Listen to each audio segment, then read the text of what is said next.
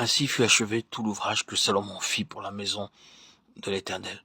Puis il apporta l'argent, l'or et tous les ustensiles que David, son père, avait consacrés, et il les mit dans les trésors de la maison de Dieu.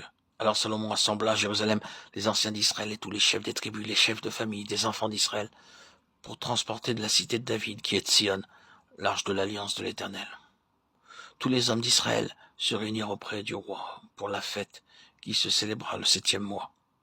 Lorsque tous les anciens d'Israël furent arrivés, les Lévites portèrent l'arche. Ils transportèrent l'arche, la tente d'assignation et tous les ustensiles sacrés qui étaient dans la tente. Ce furent les sacrificateurs et les Lévites qui les transportèrent.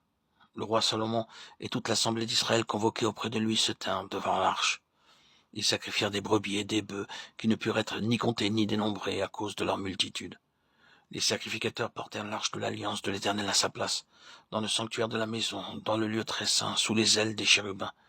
Les chérubins avaient les ailes étendues sur la place de l'arche, et ils couvraient l'arche et ses barres par-dessus. On avait donné aux barres une longueur telle que leur extrémité se voyait à distance de l'arche devant le sanctuaire, mais ne se voyait point du dehors. L'arche a été là jusqu'à ce jour, de Chroniques 5, 1, 9. Nous voyons dans la parole qu'après avoir achevé la construction du temple, la toute première chose qu'ils firent fut d'amener l'arche à la place convenable qu'ils devaient occuper.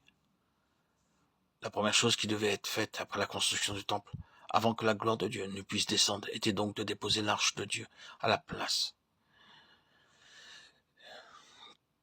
qui lui était destinée.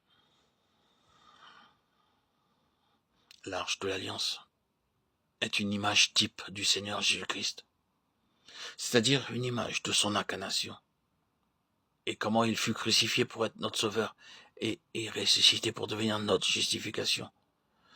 Ainsi, avant d'avoir notre part dans la construction de cet édifice et pour amener la gloire de Dieu, il nous faut d'abord apprendre nous-mêmes à être soumis à sa seigneurie et à sa souveraineté jour après jour. Par exemple, il y a quelquefois des gens qui prêchent sur la seigneurie du Seigneur Jésus-Christ avec beaucoup de force. Ils en parlent très clairement. Mais si vous allez passer quelque temps avec eux dans leur maison, vous voyez alors la différence. C'est la femme en réalité qui est le chef de famille et non pas le mari. Dans l'assemblée, l'homme est la tête, mais à la maison, c'est la femme. C'est là un mal courant, un véritable fléau dans les pays occidentaux. Il y a des femmes qui peuvent parler durant une demi-heure sans arrêt, tandis que le mari est dans le coin, comme un petit agneau silencieux. C'est de l'inconséquence. Ainsi le Seigneur est obligé de nous faire traverser des épreuves, des tentations et des souffrances, afin de nous apprendre à être vraiment soumis à sa seigneurie, individuellement pour commencer, ensuite en tant que famille, et finalement comme assemblée. Tout doit être amené continuellement sous la seigneurie et l'autorité de chef suprême du Seigneur Jésus-Christ. Il y a bien des anciens d'assemblée qui ne sont pas du tout soumis à la seigneurie du chef, et qui pourtant élaborent des plans pour l'œuvre de Dieu. Cependant, en vue du ministère de la semaine entière, il est absolument indispensable que les anciens se réunissent, et qu'ils prient à genoux pour demander le plan de Dieu pour le ministère de chaque jour. Autrement, il n'y aura pour résultat que disputes, querelles, animosité, jalousie, et l'honneur, au lieu d'être donné à Dieu, sera donné aux hommes. C'est pourquoi, après que l'œuvre fut achevée, la première chose qu'ils firent, ce fut d'emmener l'arche à la place qui lui était destinée.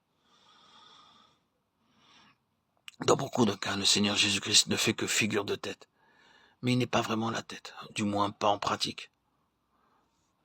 En Angleterre, par exemple, la reine est la tête du peuple et du pays, mais en pratique, elle n'a rien à dire du tout. Elle n'a aucune puissance, aucune autorité. Ceux qui gouvernent font tout au nom de la reine, mais la pauvre reine n'est en réalité qu'une poupée ou un jouet. Elle n'a pas de puissance, pas d'autorité. Et dans beaucoup de cas, vous pourrez constater que le Seigneur Jésus-Christ n'est chef et tête suprême qu'en figure, mais pas en réalité. Il est cependant la tête, il est avant toute chose et toute chose subsiste en lui. Colossiens 1, 17. Afin que, qu'en toute chose, il ait la prééminence. Il est donc indispensable que nous placions d'abord nous-mêmes en tant qu'individus, famille et assemblée sous la seigneurie de ce chef suprême, en accomplissant toute chose qu'après avoir recherché et compris sa parfaite et pleine volonté.